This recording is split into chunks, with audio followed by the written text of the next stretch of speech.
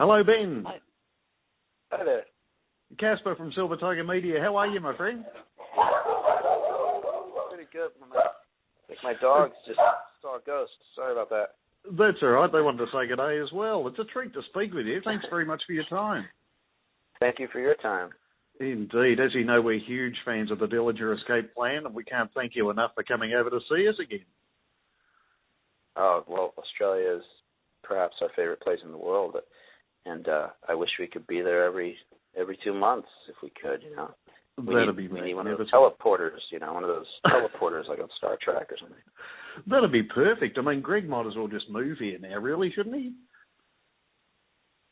You know, I'd be happy if he got out of my country. Yes. Let him do some damage over there. Yeah, that might be a bit frightening. You're always welcome. I mean, you know, you guys were founded on a country founded on criminals, right? So, I mean, I think he'd settle right in there. Look, as long as he could keep his feces off his face, we'd be happy. I think he might be able to do that. We'll see. Brilliant. You're always welcome favourites at the Soundwave Festival. We last saw you here in 2014. Of course, Greg, this year with Max and Troy's Killer Be Killed. What are the chances of a 2016 appearance in keeping to the every 2 years tradition for Dillinger?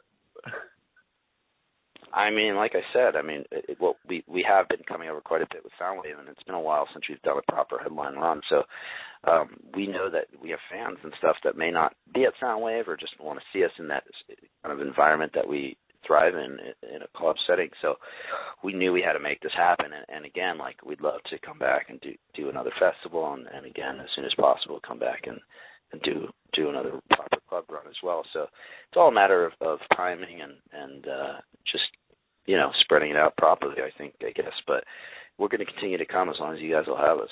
Oh, absolutely. You're more than welcome. And your tour schedule is always, look, ominous from an outsider's point of view, always busy performing. What keeps you going back to the road? Bills. Beautifully put. Got to eat. And Arcane must seem so long ago to you now. Oh, yeah. Yeah.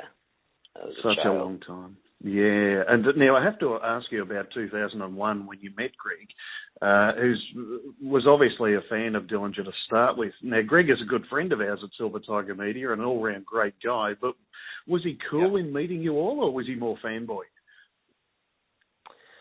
Well, it was interesting because he wasn't really... It was many, many years ago. He wasn't really immersed in the scene that we were in. You know, we had already done quite a bit of touring in vans, and I mean, you know, and obviously, as you know, in the States, it's a very, very big country, so it wasn't odd for us to drive 9 hours for one show in a van and get there, and it was canceled.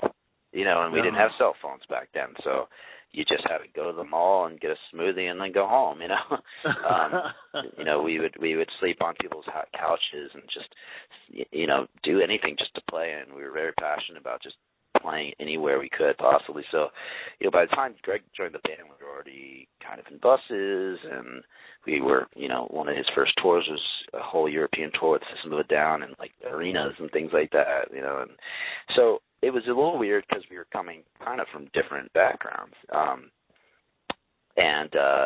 But, you know, he's the type of guy that when he gets into something, he learns everything about it. He's immersed in it. He becomes an expert when he decides something. So immediately, you know, as he started learning about some of the subculture and some of the things that some of the bands we had played with and the bands that have influenced us, he immediately just started getting deeper and deeper into that rabbit hole and learning and caring about it so much. Now I have to say he's quite an expert on underground music, and he's got a very eclectic taste and things like that. And so, I guess the main difference is, you know, I'm less of the teacher, and sometimes I'm the guy asking him for advice on new bands and stuff like that are obscure and weird, you know.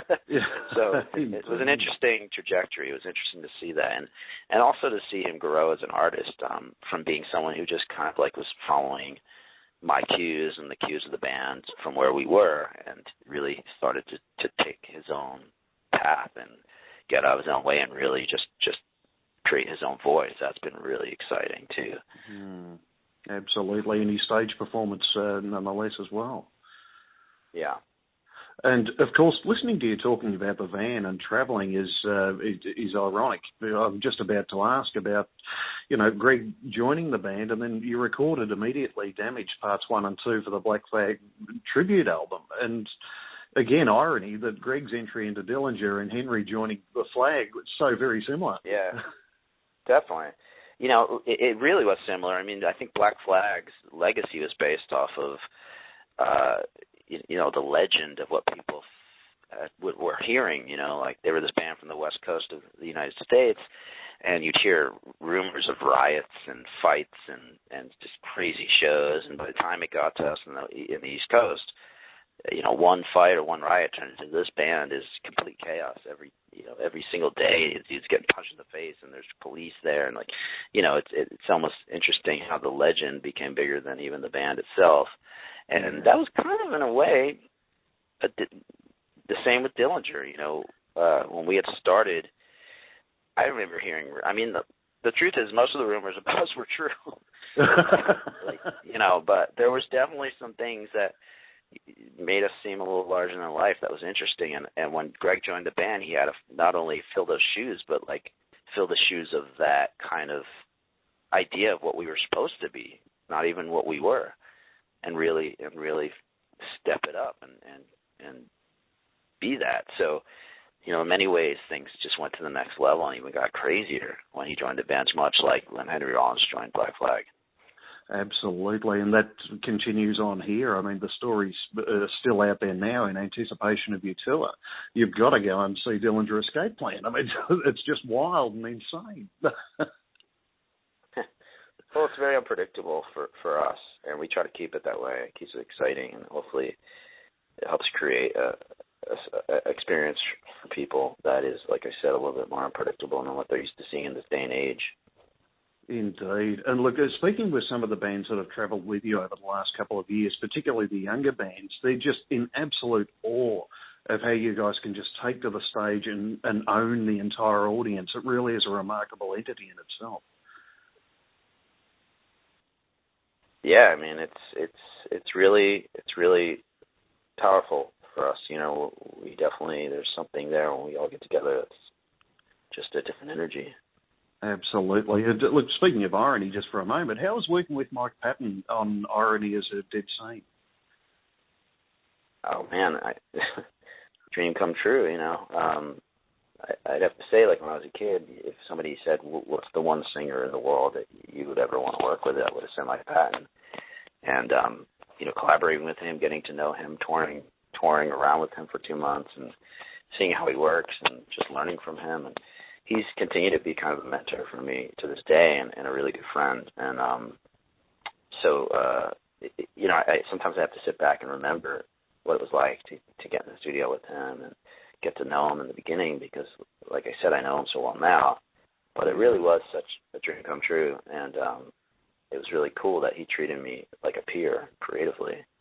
And wow, gee, that's a stuff of legend. I was pretty tough with him, I didn't treat him. It wasn't easy on him, Yep. And he certainly wasn't easy on us. So it was a great collaboration. Oh, brilliant! And obviously, a lot of growth came out of that as a band. With all of your touring, recording achievements, magnificent videos, and collaborations, how has the journey been for you personally, Ben?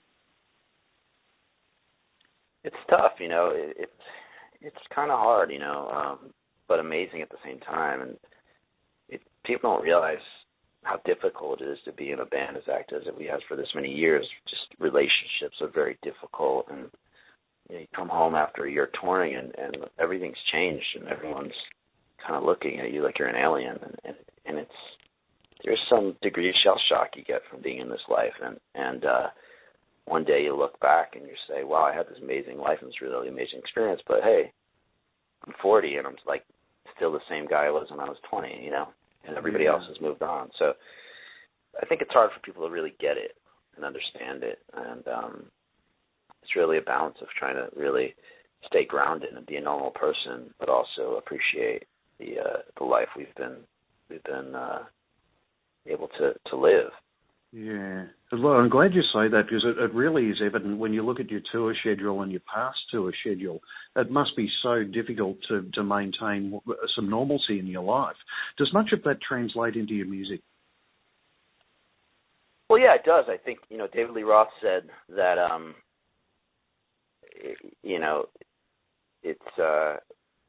it takes 20 minutes to, you spend 3 years touring and, it takes 3 years touring and, playing the world, playing all over the world and having relationship problems and making friends, losing friends, all that stuff. And then it takes you like the last month of those 3 years to write the record, to finish the record, but it's those 3 years that write the record, Yeah, absolutely. I mean, it takes that kind of experience. I mean, when I'm done with a Dillinger record, I'm done. I don't think I could ever write another one again. I'm like, I've used up everything I have. I'll never do one of these again. And then after going on the road and performing this stuff and just, being in all those different scenarios, by the time you're done with that, it's pretty ready to write another record, I think it takes that dichotomy of the back and forth to really be able to do what we do. Indeed, and look, that really comes across on your latest recording, One of Us is the Killer. It reaches such new levels of brilliance for the band. Is that just down to the extensive experience that you take with you from the road?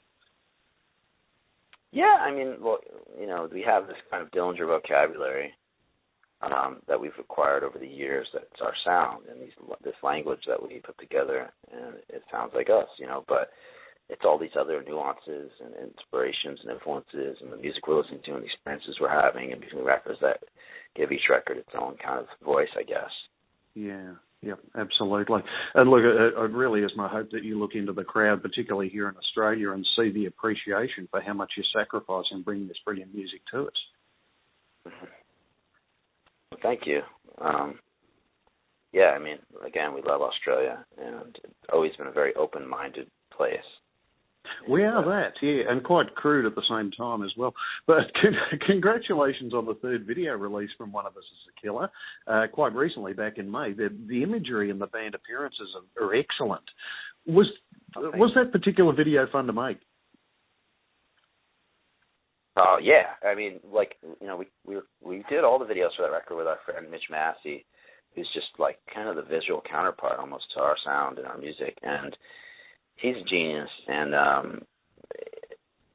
it was interesting because we just took him on the road with us, and the live footage we did was actually on the road. We just set up our lights from our stage show and just like did the live stuff like literally at sound check, like before we played a show. We were in Dallas, Texas, and then he went home and just created this amazing video.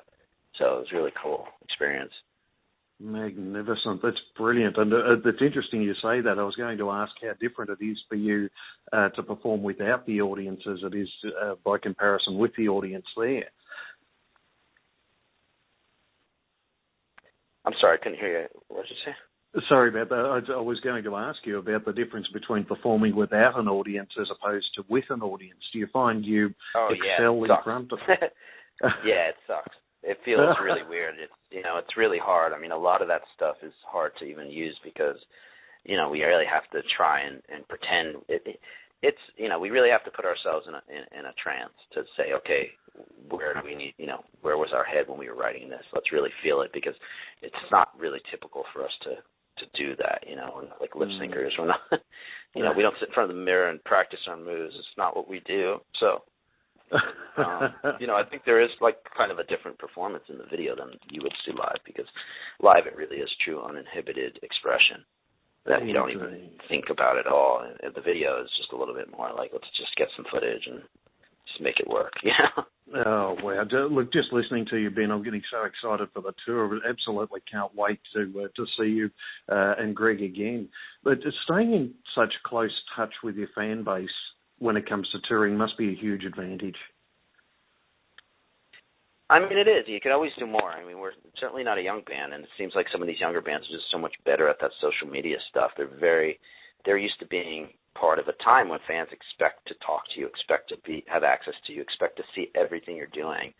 And we're not used to that. I mean, when I was young, the bands that I looked up to were Red Hot Chili Peppers weren't going to be like showing you their taking a dump. You know what I mean? It was like you didn't know that. You knew that Flea was this amazing creature, this superhero bass player, and you just had this idea of what they were, and it was almost I liked that they were superstars, these bands, and not because they were on social media like the Kardashians, but because they were just these superheroes, musicians, and you didn't know the real life. You didn't know they were real people. You just knew what they want you to know. And sometimes it was better. But now we're in a different time, and I think I do enjoy that aspect of being able to talk to our fans and hear from them. And I do like meeting people, and it's interesting to be able to have some access to them and them have some access to us. But it's certainly different for us because we do come from a time when that wasn't the case. Indeed, yeah, it'd be more that face-to-face, I would imagine.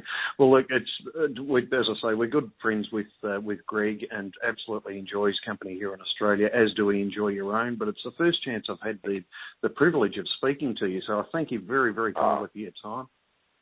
Thank you so much. Pleasure. I've got a whole list of questions I want to ask you, but we're out of time, unfortunately. We look forward to seeing you at the Melbourne. Yeah, absolutely. I'll try and hit you up for Do a it again. place Anytime.